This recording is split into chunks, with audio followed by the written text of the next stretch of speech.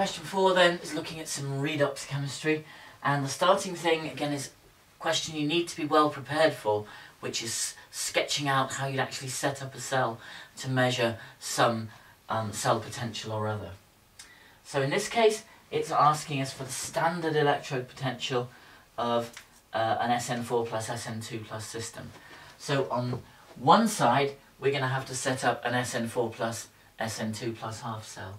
So remember that if you look at the equation, those are both aqueous ions, so we're going to have a mixture of both of those in solution.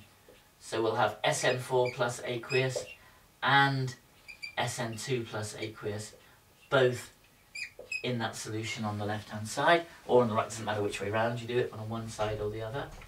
The electrode has got to be made out of platinum, because it's got to be something that won't interfere with the reaction.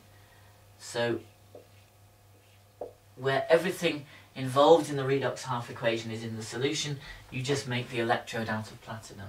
So you need to label that in your diagram. And then that's your half cell, and it's got to be connected up to the other one via a salt bridge, and remember that's got to be labelled salt bridge, and a wire with a voltmeter on it like that. Now on this side is your other electrode, and it doesn't tell you what that is because you have to know that the standard electrode potential is measured relative to an H plus H2 half cell.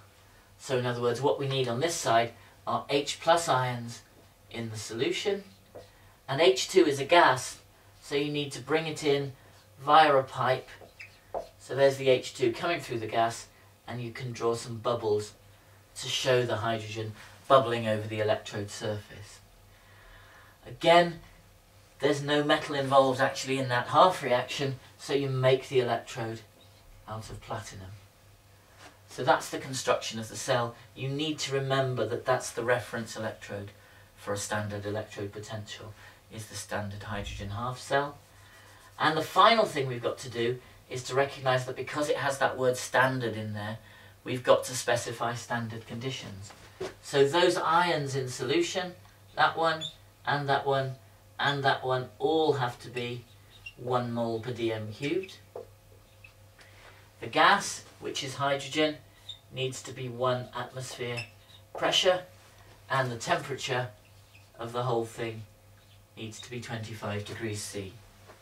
And if you get all of that, you get the 3 marks for construction of your cell. Okay, now the next bit is about feasibility of reactions. So you've got pairs of half reactions to think about, and you have to decide which one will go in the direction of reduction, which one will go in the direction of oxidation. So if we look at the possible systems, we've got Cu plus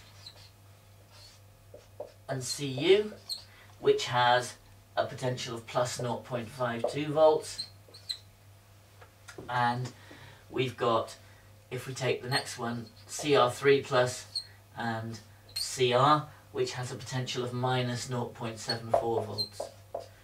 So you can see that if you were to couple those two half reactions, this one has the more positive potential and this one has the negative potential, and crucially what you have to remember is that positive goes with reduction. The one with the more positive potential will go in the direction of reduction.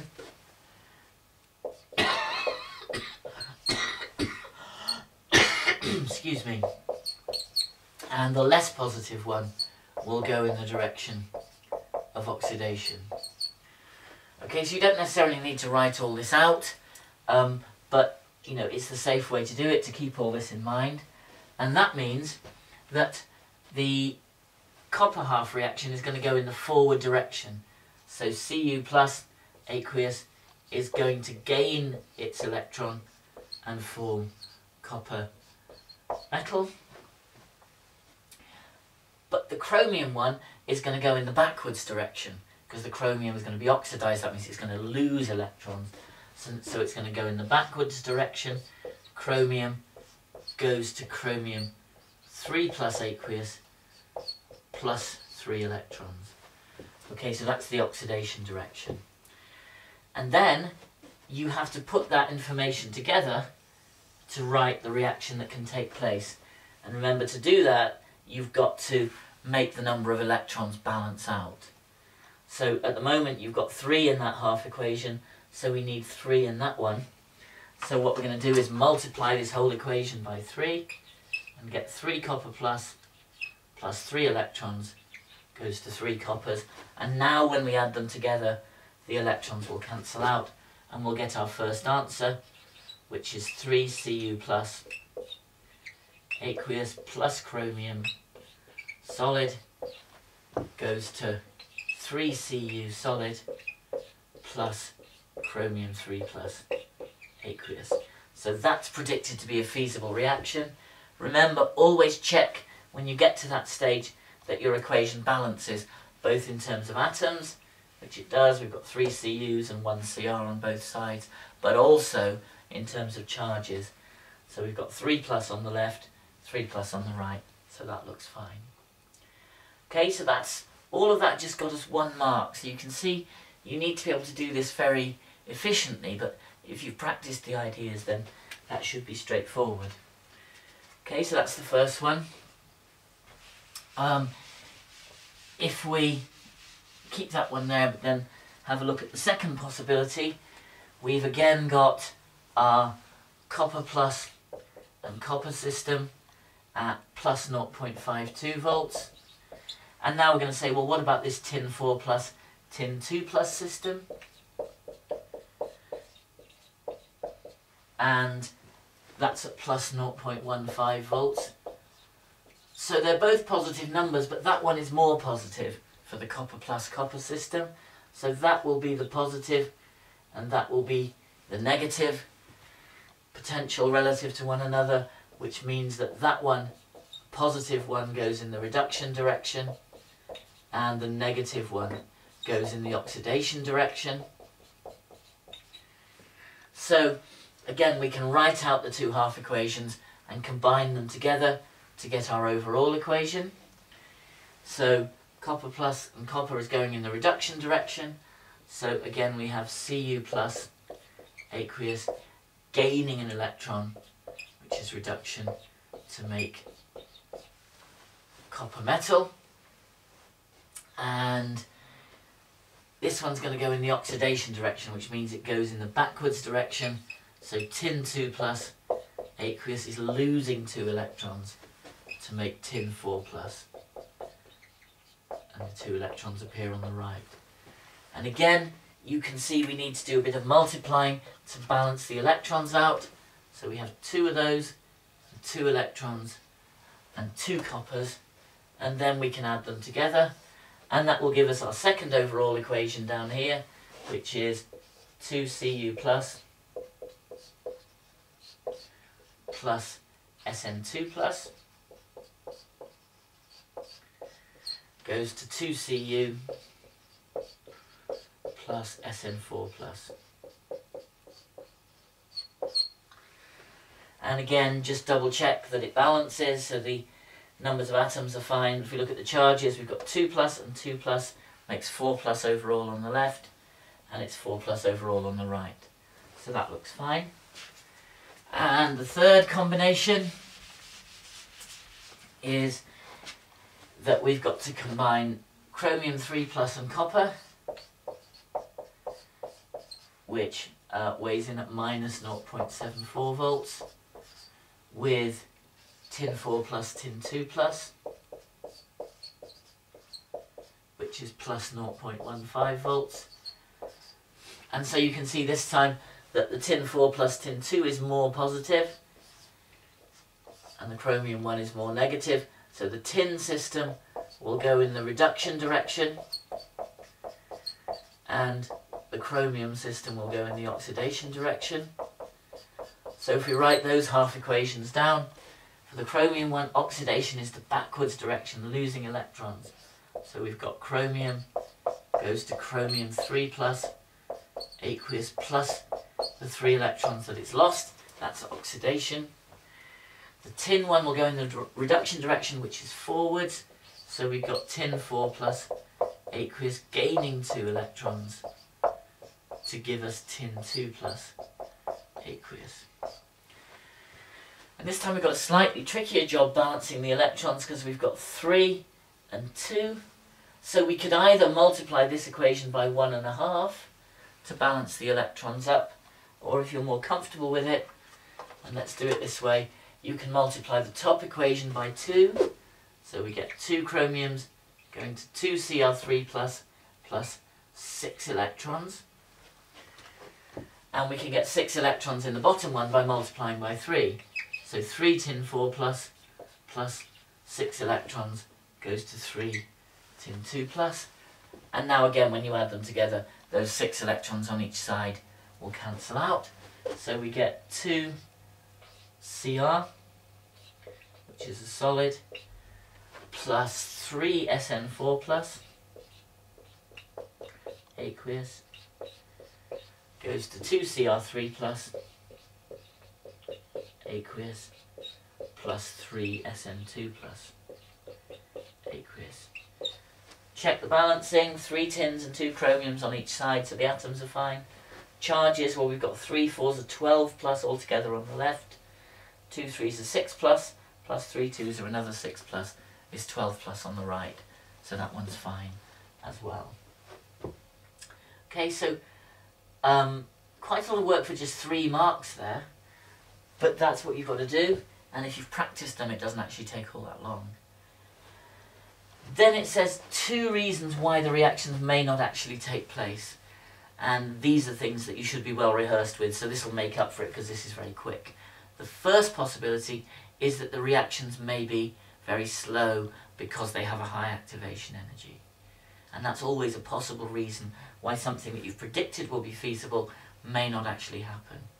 So say it may be very slow because it has a high activation energy.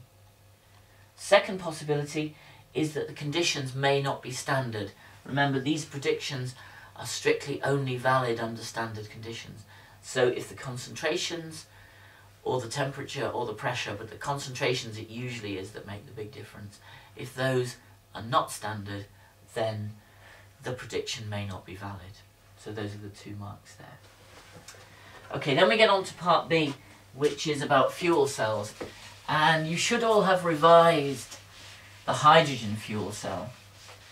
But just to test you a bit, this was asking you about a different fuel cell, which is one based on methanol. Now, this question, hopefully, when you read it, made you scream with outrage, because there is actually a massive mistake in the question here, which you hopefully picked up on, and if not, well, make sure you can see what the issue is now. That it tells you that oxygen reacts at the negative electrode of a fuel cell. So remember, we've said negative goes with oxidation. So if that statement were true, oxygen would have to be oxidized at the negative electrode. And you can't oxidize oxygen. If you oxidize oxygen, you turn it into oxygen with a positive oxidation state, and that's not going to happen. So they got it the wrong way round. And so if you didn't know how to do this because you were confused by that, you basically just need to change it to say oxygen reacts at the positive electrode, and then in part B, where it asks you to deduce the half equation for the reaction of at the positive electrode, that should say deduce the equation, half equation for the reaction that takes place at the negative electrode. Okay, so if you were thrown by that, then stop the video now, make those corrections, have another go at it, see if you can make sense of it. Okay, so let's have a look at what the answer to the amended question is. First of all, equation for the complete combustion of methanol. So that's fairly easy. Complete combustion, remember, means that it reacts with oxygen and turns into carbon dioxide plus water. Okay, incomplete combustion is when you get carbon monoxide or carbon, but in complete combustion, CO2 is the product. So to balance that up, we've just got 1 carbon, so 1 CO2. We've got 4 hydrogens altogether, so that means 2 H2O. And if you now add up the oxygens on the right, there are 2 plus 2 is 4 of them. One of them's already there in the methanol, So we need 3 more oxygen atoms, which is 1.5 O2. Excuse me. So that's the equation. If you want, you can double it all up to get rid of the half. So 2 of those reacts with 3 O2s. But that's fine just as it is. Okay, now we've got to figure out what's going on at the negative electrode. Remember, we've changed positive to negative in that question. In other words, at the electrode where oxidation occurs. And we know that it's the methanol that's being oxidized. So the way to approach this is to start with the idea that, well, it's methanol that's reacting, and we know that it's turning into carbon dioxide. Okay, so the carbon in methanol turns into carbon dioxide. You can see straight away the problem with that is that there's an extra oxygen there. So we're going to need to introduce a water into the equation. Remember, we can't put O2 in because that's reacting at the other electrode. This is going to be a half equation. But we can introduce water because it's occurring in an aqueous system. So we put H2O in there to balance up the oxygens, and that gives us a total of 1, 2, 3, 4, 5, 6 hydrogens on the left hand side, and to balance those up we put 6H plus on the right hand side. Okay, so that's the usual trick of using H plus and water to balance up your half equation. And we did it by saying, well, we know what happened to the carbon, it ends up as CO2. We need an extra oxygen to provide that second oxygen there, so that's where the water came in. And then if you add up the hydrogens on the left, they're all going to end up as 6H plus. And of course it's a half equation, it's going to have electrons in it. We know that the methanol is being oxidized, so we're going to expect those electrons to appear on the right because they've been lost. And indeed you'll see that's the case, because to balance up the charges we need 6 E minus over there, so that the charges add up to 0, because it's 0 on the left. So that's the half equation that you should end up with. Okay, then 2 advantages of vehicles using fuel cells compared with combustion of fossil fuels. The first one is straightforward, and this is the key thing you need to know about fuel cells. One of the key things is that they are more efficient. In other words, there's more efficient conversion of the energy released in the reaction into useful energy. For example, energy to drive a motor vehicle. So that's the first point. More efficient conversion of energy from the reaction into useful energy. The second point really follows on from that, which is that if you're converting the energy more efficiently, you'll use up less fuel, and therefore you'll produce less CO2, less greenhouse gas. And that's the major driving force for all this fuel cell development, has been as a way of trying to combat climate change by reducing the amount of CO2 that's produced. So that's the second point there. And then one advantage of using methanol rather than hydrogen in a fuel cell is really because methanol is a liquid, whereas hydrogen is a gas, and therefore methanol is much easier to transport. And that's the end of the question.